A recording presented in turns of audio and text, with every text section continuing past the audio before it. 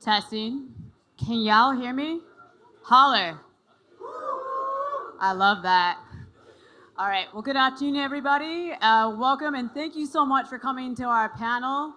I've been here a couple of days. I might be 5 foot, but my voice is kind of raspy, and I woke up like Darth Vader, so I'm sorry you're stuck with me for an hour in that way. But either way.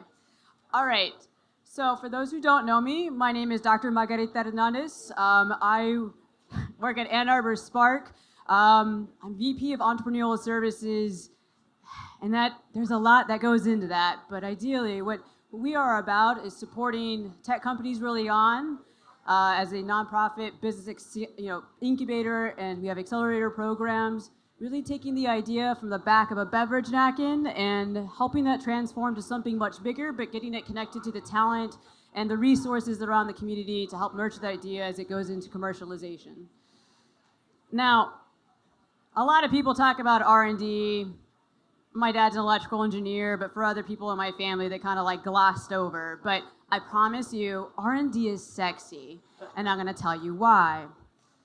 But before I do, for those of you who do know me, I'm not from the Midwest. My roots actually started here. Big nerd into sciences, but my PhD program at U of M took me up over there.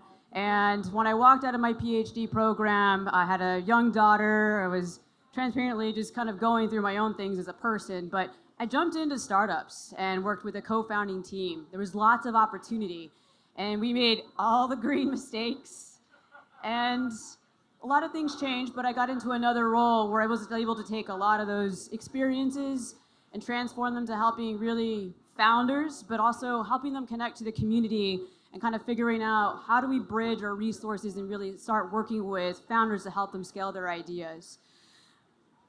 I forgot what I was going to go do next after that, but I think what's important is that people ask me, why didn't you come back to Texas? Why did you give up tacos? Why did you move away from your family?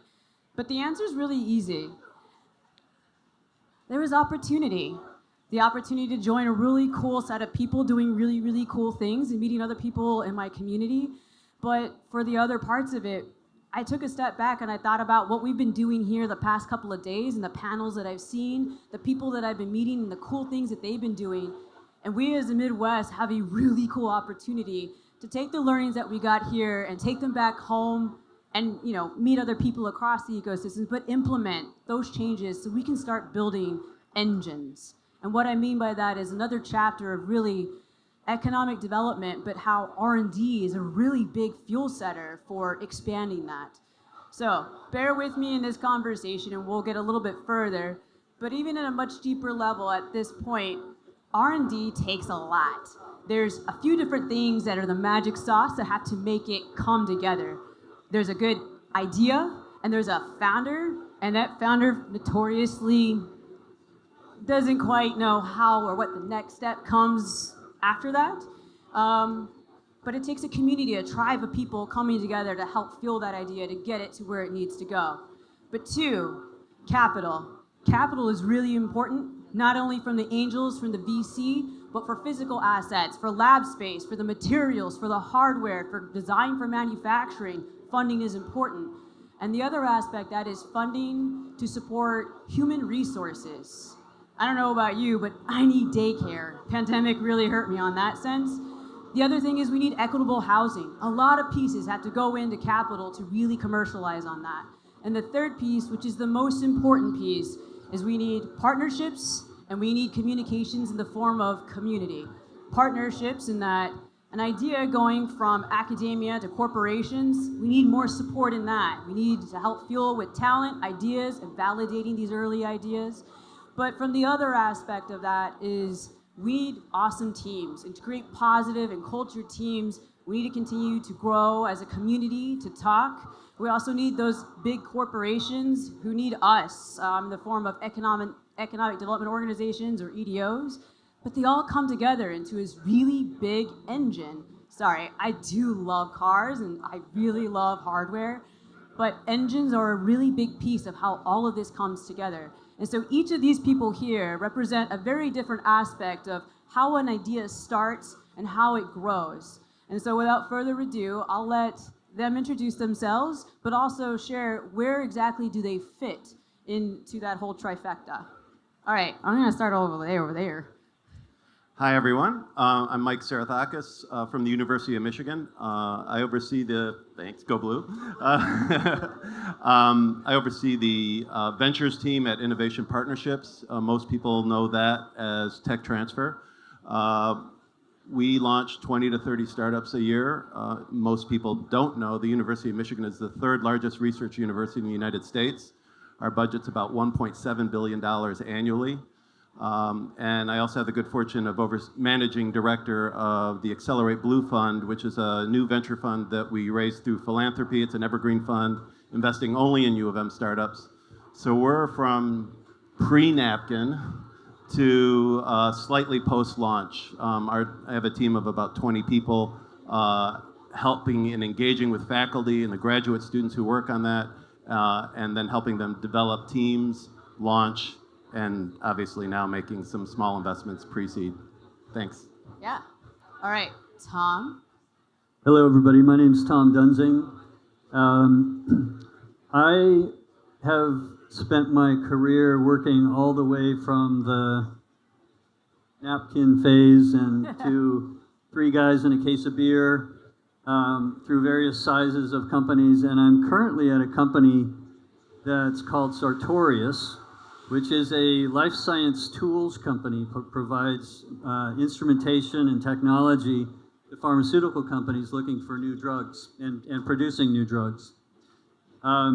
This is near the other end of the spectrum. Sartorius is a company that's headquartered in Germany. It has a $24 billion market cap. We do $4 billion in revenue every year, or last year. 16,000 people spread across 60 different countries and sites. And so you might ask why I'm here with a bunch of people from Michigan. Sartorius has decided has chosen Ann Arbor as its to build an operational center of excellence.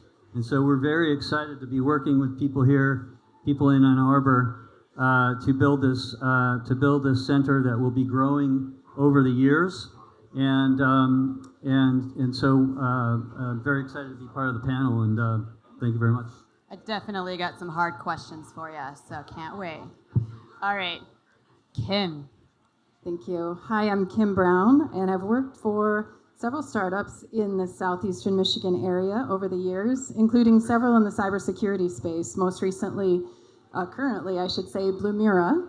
And before that, I was at Cisco because I was a long-term Duo security employee and we were acquired. I've also been a sole proprietor, and I come from a family of entrepreneurs. My parents and my stepfather have been small business owners, including businesses that needed bootstrapped and VC funds. And I've done some work for Spark as well, marketing programs for Spark portfolio companies when I was on my own as a marketing consultant. And I'm excited to be here today and to join you on this stage. Thank you. All right, Roger, take it away. All right, good afternoon. My name is Roger Peen, and I run product and business development for a startup called MemoryX, which is located in Ann Arbor. Boy, it's great to be back in Austin. What a beautiful day. By way of introduction, I am not a serial entrepreneur. I actually have about 30 years in the semiconductor industry, 5 years here at AMD in Austin, where I lived here for about 15 years. I have 16 years at Intel, and then most recently, I was running the data centers business at Micron Technologies. And so this is my first foray into a startup, and our company develops an artificial intelligence edge semiconductor device, and you can find our devices in applications like autonomous vehicles, drones, surveillance cameras, and things like that. So it's been a great experience, and our company was actually part of the UMich Innovation Center and was founded by 2 professors out of the University of Michigan. And so we're now moving into production, and so there's myself and our CEO have been brought in to scale the company and to really drive future revenue growth. That was a lot to unpack. Yes. And also have more questions, as usual. Yes. All right. Now, we're going to start jumping into it and talking about why R&D is so sexy. But I'll first start off with actually just kind of talking about some of the more obvious and big pieces. And that is talent is really, really important. How do you build a team? How do you retain a team? There's a lot of nuances. Depending on where you're at during all of that, there's a lot of different challenges. So to you, to the four of you, I mean, and if you don't feel comfortable with the question, you can say pass. If you know, whichever. What have been some of the stories that you kind of talk to and provide a little bit more of the context of what was going on? How did you attract talent, or how did you retain it? Or yeah, I'll leave it right there. Kim, I want to start with you because I think you have some really interesting stories to really share about some of the earlier stages. Thank you. Well, interestingly enough, I met Doug Song, who is the CEO of Duo Security, at the Unconference, which was a tech transfer event. And I had seen him on LinkedIn, and I said, well, what's this little security company that I haven't heard of before? And then he introduced himself at the conference, and I went and shook his hand, and then that kind of began my employment there. And over time, one of the things that I feel I've really seen is the closer you can get to hiring people who share some characteristics of your ICP, sorry for the marketing acronym, but that's your ideal customer persona. If you can hire people who share characteristics, now I'm not an IT person who would purchase Duo Security, right? I'm not the ICP, I'm in marketing and sales, but I'm a skeptic. And one thing that we know about security people is they break things for a living. They're great skeptics. And I was raised by someone who every time I came home from school and said, hey, Dad, guess what I learned today? He'd say, how do you know that's true? And I felt finally at home at this company. And it was a beautiful thing because people were okay poking holes in my theories. I was okay poking holes in theirs. And we could work to collaborate to come up with better and better ideas and to test things and to fail fast. And what I found over time was that people who tended to stay at Duo were people who were comfortable with that, and that matched our ICP, which is kind of unique and cool. And one of the other things I found is branding often comes from the inside out, meaning your employees are the best understanding and statement of what your brand is, and that develops to some degree organically, but also to a large degree by the foundation that your founders and your early employees establish. And it grows from there. And the people who don't really fit with that find their way to other places that are a better fit for them. So how did you figure out like what was going on with the talent, the teams coming together? Like, how did you have a pulse on like where's the heartbeat of the team coming together? That way you can kind of figure out how do you nurture it. Okay, this is a good question. I felt like it really had to do in a micro way, or it had to do with micro diversity. So being an Ann Arbor company, I kept thinking, wow, probably I'm the only person who didn't go to the University of Michigan who's on staff here, right? And that wasn't the case at all. We had top talent from Eastern Michigan University. Our creative director, who was a Wolverine, specifically came to me and said, I need to hire graphic designers out of Washtenaw Community College because they have a fantastic program. So people were often local, but they had different backgrounds and different talents and skills. And I think it was being open. The founders and the early employees were very open-minded to, hey, we aren't going to insist that everybody who comes on staff is a Wolverine. We're open-minded to people with other backgrounds and even people without degrees. One of our top salespeople did not have a college degree and was phenomenally successful. So I think it was partly a little bit of luck, but also being open-minded and being able to, with kindness, understand that person for what they brought to the table. Yeah. And were they willing to work with you until 7 p.m. at night and wear 12 different hats? I think that's great. I think it's important to kind of make sure you're building a scalable ladder for your team of how they rise, but taking the time to really mentor and put that, it creates long-term ROI when you put more muscle into your people. All right, so did you want to share anything? Because I have questions over for Tom over there. Sure. So talent, especially for a high-tech company, is absolutely crucial. And so the core of the architecture team at MemoryX are a bunch of postdoctoral candidates from UMich. But that is not just the team. We have 2 sites overseas. We've got headquarters in Ann Arbor, but we are also located in Hsinchu and Taipei, Taiwan, and Bangalore, India.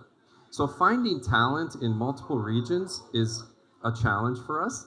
And it's also about the capabilities. I think it's a different skill set being in both sides of both a startup and a very well-established company. And so I think it's about the culture. It's about the individuals who want to come to the startup, who have the freedom to innovate and have the freedom to create kind of more independently without a lot of oversight that several of the large companies basically require. And so we have spent a tremendous amount of time looking for talent. We actually have several executive recruiter firms helping us. And we're looking for those individuals that want to come and jump into a brand new space of artificial intelligence. And then, hey, the sky's the limit as we continue to grow the company. Nice. Thanks for sharing that. All right. So my biggest question, Tom, is you've got teams in Germany, you've got teams in California, you've got them in Ann Arbor now. Like, how do you create one beating heart? How do you manage cross-culture, something in Germany, and how do those teams talk to these other teams here? And how do you, so you're teams of teams. Like, how do you go about retaining that talent now? Yeah, it's a good question. Oh, you want me to answer it? Yes. So yeah, so what I do at Sartorius is I'm the head of R&D for one of the divisions of the company. There's about 300 people in our team, in our R&D team, and they're, as Margarita said, they're all over the world. And it is a challenge because you've got a lot of different people, a lot of different cultures, and the being able to get them all rowing in the same direction is certainly a challenge. The one thing that I've learned over the years is that if you give those people a clear communication of a vision, strategy, roadmap kind of dialogue and direction, that becomes your language. In a large organization, at least, that becomes a framework that everybody can sort of hang on to when they're having discussions across different languages, or looking at projects from different angles. Because what we don't want to do is at Sartorius, at least, what we don't want to do is impose a very rigid process on everybody, because we want to pull out, we want to use the strengths of the different cultures to make sure that we are imbuing creativity in this whole process as well, so that we're solving problems, we're bringing innovation to the pharmaceutical companies, and in that way, we use that a lot as our framework for discussions. I mean, Sartorius is really big, and it's acquiring assets, but its assets are really, yes, the IP, but the teams, the founders who have created those assets to begin with, because you're trying to still keep the intact team to kind of be nimble, roll with it at the same time. So that's a lot of work to kind of implement and keep growing. Yeah, and it's we acquire. I think we've acquired 13 companies in the last 7 years or something like that, and integrated them all. We take a very bespoke approach to integration, because we really feel that culture, that innovative entrepreneurial culture, is very important to maintain. And so, yes, we need to integrate these companies, but we also want to maintain that innovation. So just a quick example, we recently bought a 15-person company in Jena, Germany, with less than $1 million in sales, because they had a really cool technology that we feel that we can build upon. So we want to keep them independent, but one of the reasons we acquired them is because we can take their technology, who their founder is a salesman, and they have one other part-time salesman, and now all of a sudden we're going to give that technology to a global sales force of 800 people. And so they're going to sell a lot of these instruments. And what we're going to need to do is be able to build the infrastructure so we can support those instruments and sell those instruments. So it is a balancing act, and at some point you need to do that integration. But it can be done if you really look at each company and make it work for them. Thank you. All right, Mike, I'm going to go and scratch at that one for you because I think you get a very different level of job where you got the earliest, the riskiest, the coolest parts of it, though, is how do you help nerds figure out ways of how are they going to commercialize a business plan? The next piece of talent is going to help them build a positive team culture. Like, what does talent look like for you? What are some of those challenges? What could help? Yeah, so we're really fortunate in that we have support from the Michigan Economic Development Corporation. So we have a statewide MIR program. They're paid staff members of our team. I have 11 at Michigan. Wait, what's an MIR? Oh, sorry. Thank you. Mentor in residence. So not an EIR program. We're not hiring people to become executives into the companies that we help launch, but actually help the portfolio that we're working on, because we typically have about 100 to 150 startup projects at any one time that we're working with. And it's from all sectors. So the university's huge.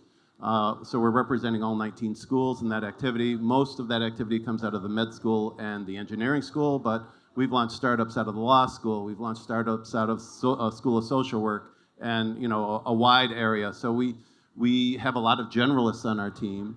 And the mentors have been there and done that. So they've taken a molecule out of Pfizer and started a company and sold it to AstraZeneca and raised tens of millions of dollars of venture capital and had big exits.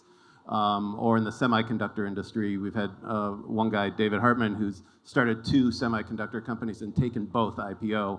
So there's this broad gamut of experience which we have to apply because of the volume we have.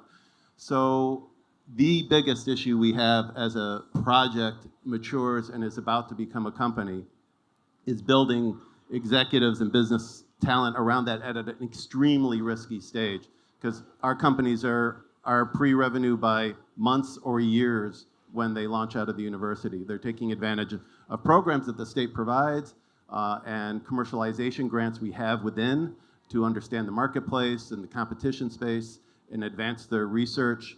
But we have really the hardest challenge, even though funding and capital is a big challenge, talent, getting the right business talent to work with faculty members and grad students to understand, make those teams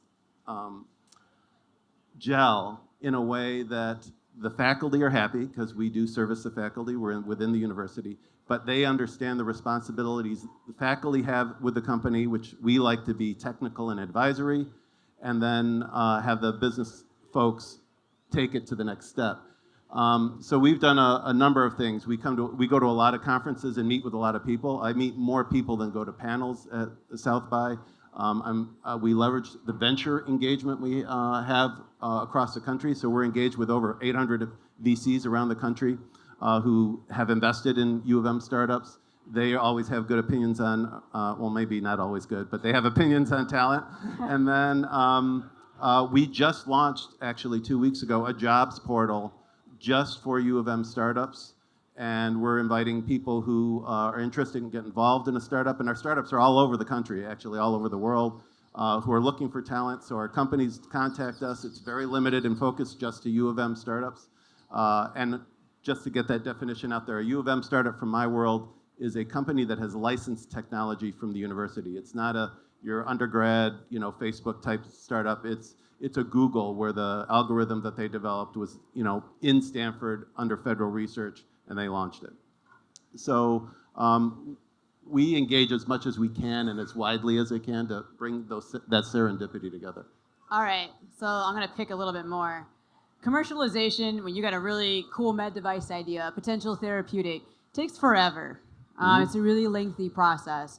Now, as I'm getting to understand a little bit more about venture capital, but what does it take to actually get an R&D idea through commercialization? How has the university, or how have you leveraged other partnerships, whether it be corporate or economic development? How have you leveraged to help really shorten that length of commercialization? And that's you specifically. And I'm going to ask, and I'm sure each of you kind of have some of those thoughts, so kind of mull and think about that. But how are you shortening it? Sure. Well, I'll point to Memorex because Memorex is actually a portfolio company of the Accelerate Blue Fund. It was just our most recent investment, but they took advantage of. So I'm going to work my way backwards. Okay. So we have another fund within the university called Michigan Invest in New Technology Startups. It's a $75 million co-investment fund managed out of the endowment. So entirely investment focused. Their job is to grow our very large endowment even larger. And so they have invested in Memorex before we did, actually, and we were invited into the round to help fill out a bridge. So we were excited to do that. So our methodology for accelerating is providing some assets that are very focused just on what we produce out of U of M, and we're big enough that we can have entire teams doing that. So going to innovation partnerships, we actually have 3 pillars. We have a corporate alliances group, which helps faculty and our companies engage with the corporate world. And we have hundreds of millions of dollars that comes through our office or through the university to support research and solve problems that big industry has. We have our licensing and patenting team. So we're very good at patents. We spend about $10 million a year patenting the technology and the research that's coming out of the university. And then we have the ventures team. Again, I have this very large, very highly skilled, experienced team that's been there and done that, and making sure that those teams are taking advantage of the resources we have within the university so they can move faster, because universities don't move fast and faculty don't like to move fast and they're conservative. And so we engage them to take some risk by dangling some grant dollars. And then we have and then the funding source, again, going back to Accelerate Blue and the Mints Fund to provide opportunities and get them engaged. The Accelerate Blue Fund specifically is to typically get them past that valley of death. We're writing small checks and surprisingly leading on occasion because our startups can't raise money, and resulting in my $150,000 Accelerate Blue check has helped lead to a $6.8 million closing for one company, which is really backwards. It shouldn't be that way, and we weren't expecting that, but we've done that 3 times in multi-million-dollar rounds. And then we've also had the good fortune of being invited in a little bit later stage companies like Memorex to participate to help with the mission. Well, the question is, why weren't you in the first round? We didn't exist. We hadn't launched yet. All right, I'm going to take it back a little bit because I think there's some other pieces here, because in my role at Spark, there is helping companies with early talent through EIR programs. So Spark does have one of these, but it's a community effort. Not every person you talk to who says, hey, I have experience doing these things is going to be that great working with teams. So a lot of it is us talking and really understanding who is this person, what's their experience, and then talking to the founders, how well did they execute on that? Because it also is to connecting the right people, but the good people who really genuinely are going to do this team right. And so with that, validation is an important piece. So let's talk about validation, Roger. All right. How do you, given your experience with Micron, working with really big companies, now coming into startup land, what can you kind of say is important about when you get an early tech idea and you're like, okay, is this vapor? Is it real? Is it sexy? Is it going to make it? How do you know? So, you know what's interesting about a startup and looking at a product you want to take to market? So we were founded out of University of Michigan, and academic research really is solving, in the technical realm, is really solving some of the most difficult technological problems that we face. It's at the forefront of pushing the envelope of that development, but that's not what always creates the best products. You have to think about customers when you're creating products, and you have to develop technology that your customers want. And I'll go back and I'll use a couple of examples. So I was in the solid state drive business with NAND flash technology. And this really started to take off about 10 years ago. And a NAND flash memory cell, if you talk to a true technologist, would tell you it's terrible technology. You have to program upper pages, lower pages. You can only erase blocks at a time. It's technically not a good solution. But it solved customers' problems because it had the right power, it had the right cost, and it was good enough technically. And so today, NAND flash is a tens of billions of dollars industry. Every PC has a solid state drive in it today that has NAND flash in it, and NAND flash has gone into products in data centers, cars, everything. So it's about taking a technology and making sure it solves a customer problem and making sure that it has the right price point, it has the right power, and it has all the other requirements necessary for it to be successful in the marketplace. And I think some of the best entrepreneurs in our lifetime have done this extremely successfully, right? You look at the iPhone. The technology that went into the iPhone existed. So the iPhone, when it first came out, I think in 2011, 2012, it was a packaging exercise at the end of the day. And so it's looking at it from that perspective, and it's coming from the perspective of the consumer and how they want to use the technology. And so that's what we really focus on at MemoryX in terms of the AI solution that we've developed, because it's more than just being able to run neural networks. It's also about ease of use, low power, low cost, and things like this.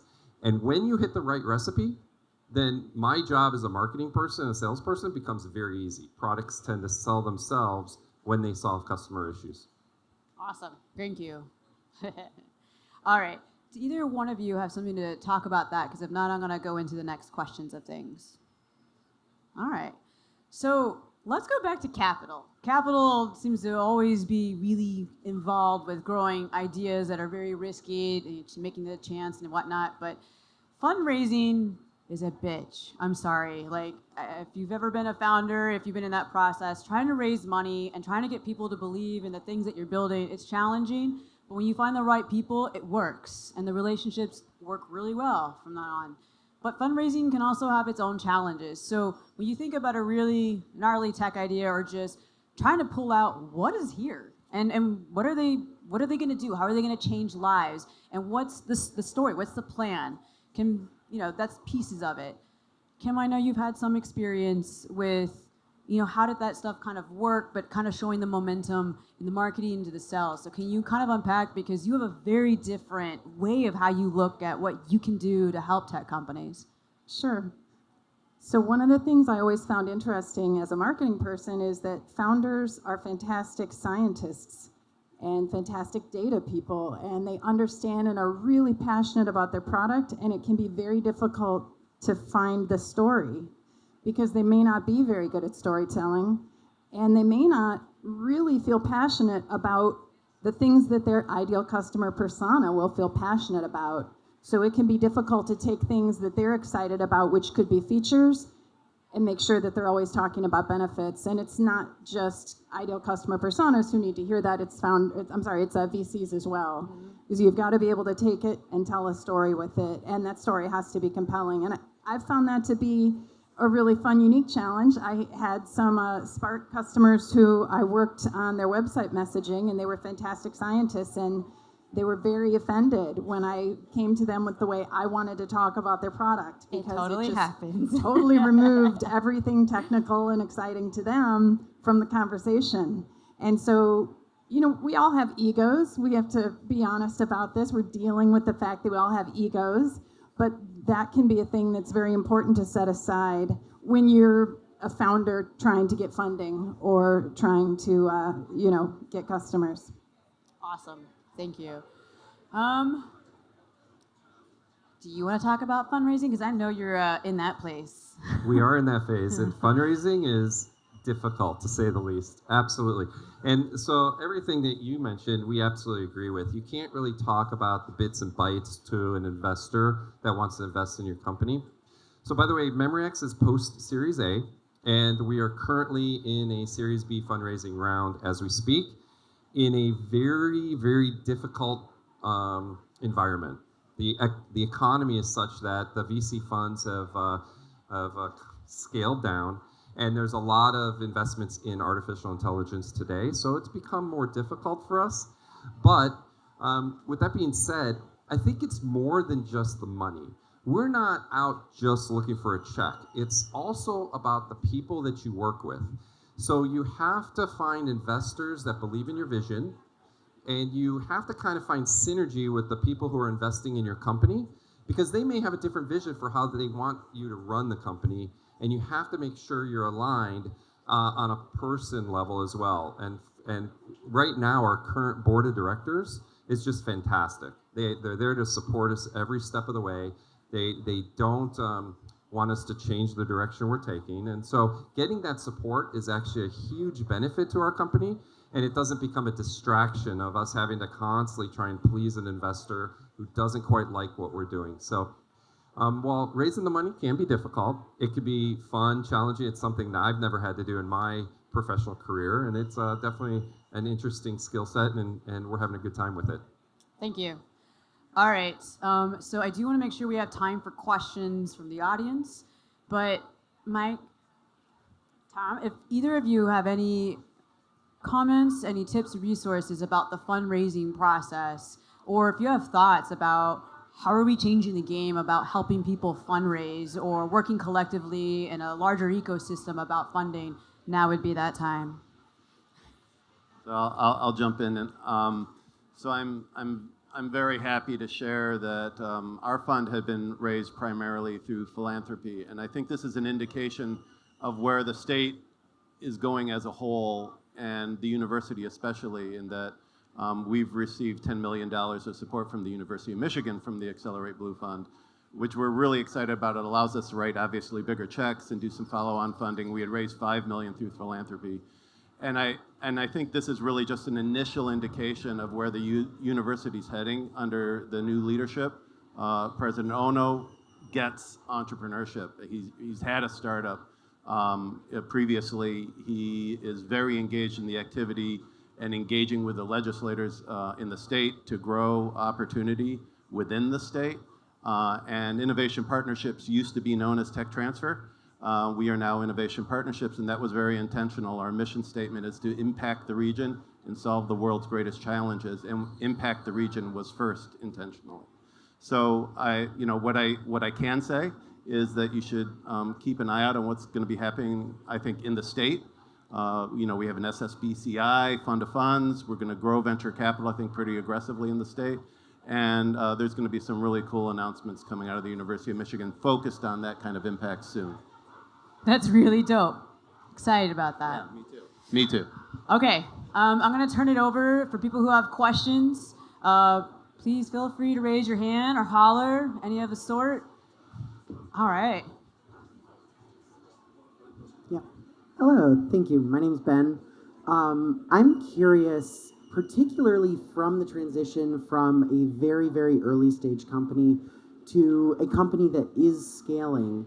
Could you talk about some of the pros and cons that you've seen when trying to decide between spending more time up front to build something that can scale more easily later on versus building it fast and dirty and potentially needing to rebuild it later, but having something that you can bring to VCs, to investors, to interested parties sooner? I imagine this is particularly related to a lot of you. I can take that one. Oops, testing. No, I can take. Okay, as long as you hear me.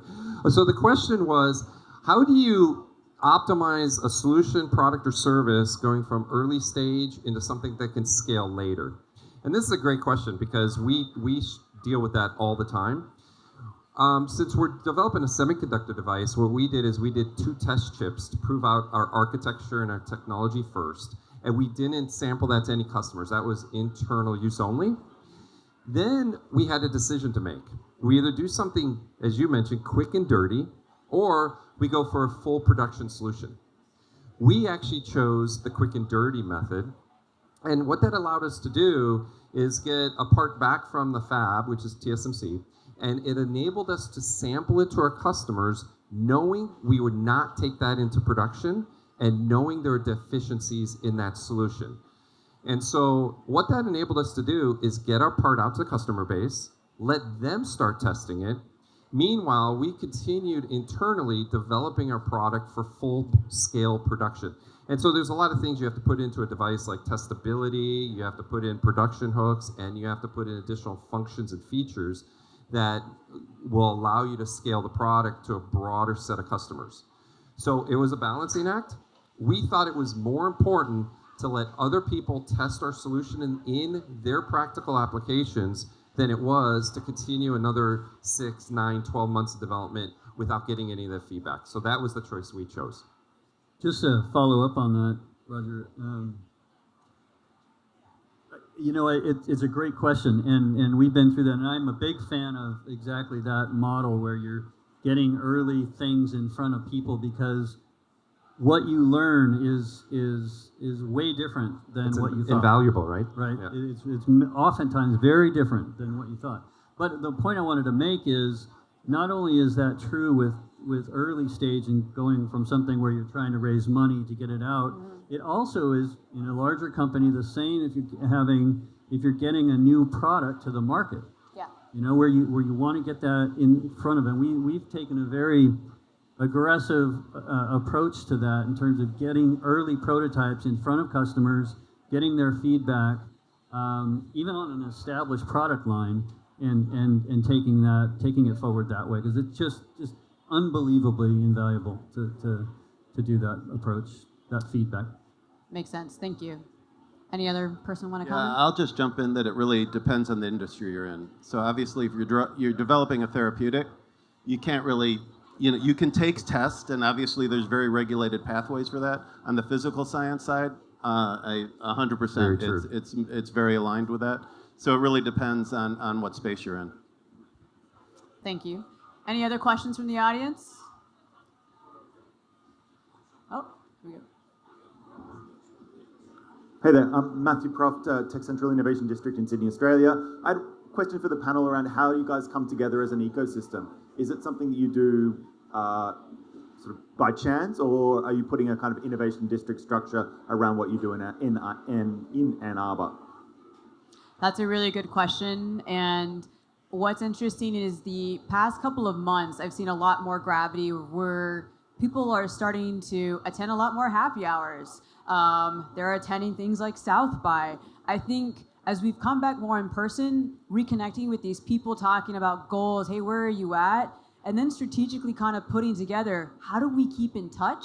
And how do we keep that momentum kind of going? It's still a work in progress. There isn't one thing I think that's necessarily worked that I've been able to see, but definitely meeting these people in the flesh and continuing to think, how do we put together a stakeholder roundtable, or what are the goals, strategic goals that we want to kind of see what happened to our ecosystem?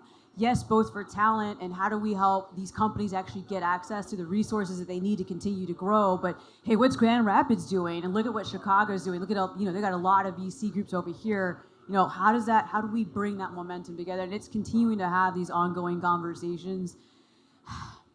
You have some interesting tidbits. I do. So our office supports Spark. We sponsor a lot of the activities that happen at Spark. The MEDC supports the activities, which is the Michigan Economic Development Corporation, so the state's economic development. They support us through literally millions of dollars annually in commercialization grants. We work with the Michigan Venture Capital Association, but it has been a little bit piecemealed, honestly. It's improved, I think, dramatically in the last 4 or 5 years. But there's a lot of work that needs to be done in integrating those. One of the grants I oversee is a statewide commercialization program among the universities. So we work really closely with Michigan State and Michigan Tech. So that integration is actually very active. I think it's beyond that where we have a lot of opportunities. And one of the speakers who's doing a huge job in trying to bring the community together on the next panel, Doug Song, is really making some yeoman effort in trying to overcome those barriers that we've had. I wanted to add one more thing, I'm sorry, but there are people like here, they're community builders. And it's people already invested into what they're doing with the city, but those community builders, I know you could raise your hand, but they're hustling for other people. They're owning it and taking it to the next level of advocating for what's important here and how we continue to grow our ecosystem. So it is still very much challenging, but I know that there are definitely people who are superstars at doing that. And as long as those superstars keep continuing to push on that, I'm hoping things will continue to develop moving forward. Sorry. Oh, that's fine.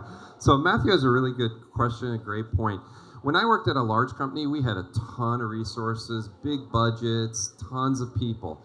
But when you're at a startup, you have to kind of beg, borrow, and steal a little bit just to make ends meet. And so everybody here should be thinking about their resources and like their own network, because a startup is very similar to that. And so by coming together with the community, whether it be Spark or Umish or any one of these things, there's resources out there for us to leverage. And because we know we can't do it by ourselves. And in many cases, it takes a village to be successful. Yep. And being part of that village brings new insights, brings new resources. And so I encourage everybody to do that, not just in their professional career, but with their companies and even in their personal lives as well. That's good. All right. Oh, we have another question. Yeah. I run a large academic health system in Florida, and it's one of the things we get challenged with is there's so much innovation coming our way. It's how do you parse it out, but more importantly, how do you communicate with all the innovators, all the startups? Could you offer some strategies for us on how you approach communicating, keeping people informed, keeping people on track? That's a really good question. We're a very decentralized university. We have 19 schools or silos, we call them at times, and we can do better. But I think a lot of it is doing this kind of activity to make sure the word's out. Newsletters, things that I'm sure you're not going to find surprising. We have put a new effort in to increase the number of invention disclosures we get in our office, for example. So we get about 500 invention disclosures a year. That puts us third in the country. So these are new ideas that are coming through our office for commercialization. We have started meeting department by department so we can catch Stanford and MIT and maybe get to 600 this year. That has proven super effective. So it honestly is not some great technology or strategy. It's literally, all right, we're going to go meet with the hundreds of departments around the campus annually. Unfortunately, we're a 65-person group, so we can share that story generally to set the hook and get engagement. But that has been the most effective thing on getting the word out internally to the university. Externally, it's going to these kind of conferences, going to local ecosystem conferences. I found out a lot about the Michigan Founders Fund yesterday. That is an amazing program. We're going to start sending our startups there. There's no obligation, but they do make a commitment if they have a big liquidity event. And the network that those kind of groups bring, including the seed funds that are around the state, those kind of opportunities, is getting, oh boy, Michigan's really getting it. They're pushing it out and they're trying to actually get this stuff to move faster. So. I would go back to what you said too about connectors a minute ago. I've found in my life, in my career, that it's those people who they're willing to wear 12 different hats. It might not be their day job to do that communication piece. And Doug Song is a great example, who is the CEO of Duo. He's very, very involved as a connector and a networker. And always, he would come to me when I was maybe a new hire in just a marketing role, and he would say, Kim, there's someone you need to meet, and I want to introduce you at our next conference, and just always making those connections. And I think that it takes people like that. You should be practicing that. For every one person you meet, how can I help you? And turn around and do it, pay it forward. I mean, I think that's probably been one of the best practices, but how I've been really consulting and advising to founders. Okay, you meet someone that's great, they're going to connect you, but become their connector and own up to those relationships, help build your community. And that strategically, it goes beyond Michigan. It's the Midwest. We have something so very different growing, and we should own it. We should pull the ladder down. We should just take what we've built here in all these panels and continue to take them to our home states and collaborate. All right. So I'm going to jump in on that. 70% of the innovation that's invested by VCs on the coast came out of the Midwest. 70%, think about that. And they go to the coast because that's where the capital's at. The talent's here. So the capital's starting to get generated and growing, but the opportunity to engage there is really important, and I think something people have to gravitate towards. Concur. All right, I'm trying to look for time because I'm trying not to look at my watch. We're good? All right, do we have any more questions from the audience?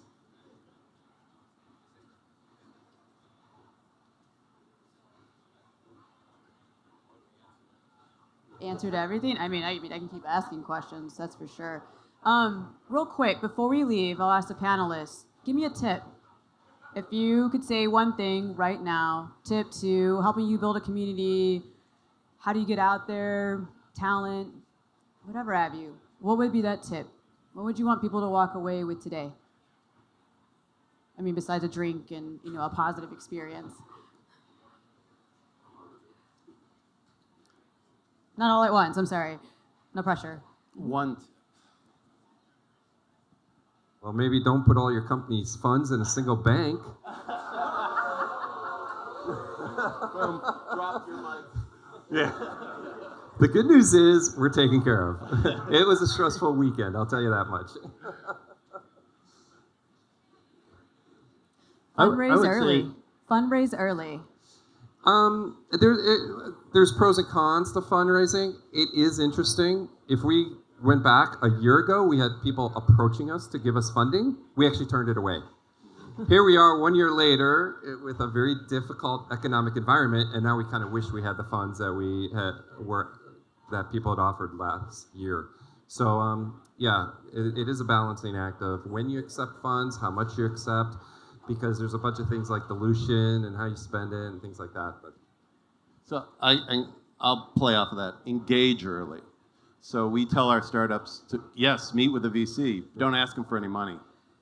Go, what do you need to see to get to the point where you want to maybe invest, or at least consider us to invest? We actually have great partners, so they help us have those meetings. We actually do it in reverse. One of the deals we're about to do, two VCs, large VCs, the multi-$100-million VCs, volunteered to meet with the founding team, even though way too early for them, and spend an hour just giving us feedback so that we can make a good and solid decision on what that company's going to need to go forward. So engaging early, even if you're not fundraising, gets you aware, takes the pressure off the VC and having to give you an answer, and then you can come back to them when you've hit some of those milestones with the feedback they've given. That's really good advice. So we used that a number of times, and one of the startups that I was at was, we were not ready to raise 100 million yet, but we were ready to raise 15 or 10, and having those discussions with VCs without asking for money was, they came back to fund us when it was time. So really, really a good strategy. And I think you can use that with your customers too, that people love to give advice, and it's easier to give advice than money. So if you have an establishment of customers and you have a new product innovation you'd like to launch, go talk to your customers before you try to sell it to them and get their feedback and see what they think. And the other thing I wanted to mention is your closing thoughts is just keeping an open mind, and I hearkened to this earlier, which is be careful with egos. We know we all have them, but I think it's easier to keep an open mind if you can practice setting your ego aside sometimes, because sometimes the greatest ideas and the greatest advice will come from the most unexpected places. And the last thing I would say is, for me, just kind of climbing all the different areas. Build a network around you. Be the change that you want to be, and have mentors. If you get to know a VC, yes, ask them for feedback, but ask them, can you connect me to a founder or someone that would help me run through this idea? What support, where else could I find that? But don't be afraid to ask. And the worst thing that could ever happen is no. But by being vulnerable and asking, you'd be surprised on the relationships that you can actually start building just at those very beginning levels. All right, so I'm going to close it up. I wanted to thank all the panelists for coming down to South by and being here and supporting us. And I also wanted to thank Midwest House for hosting us, and thanking each and every one of you for bringing your faces here, and cheers to the Midwest.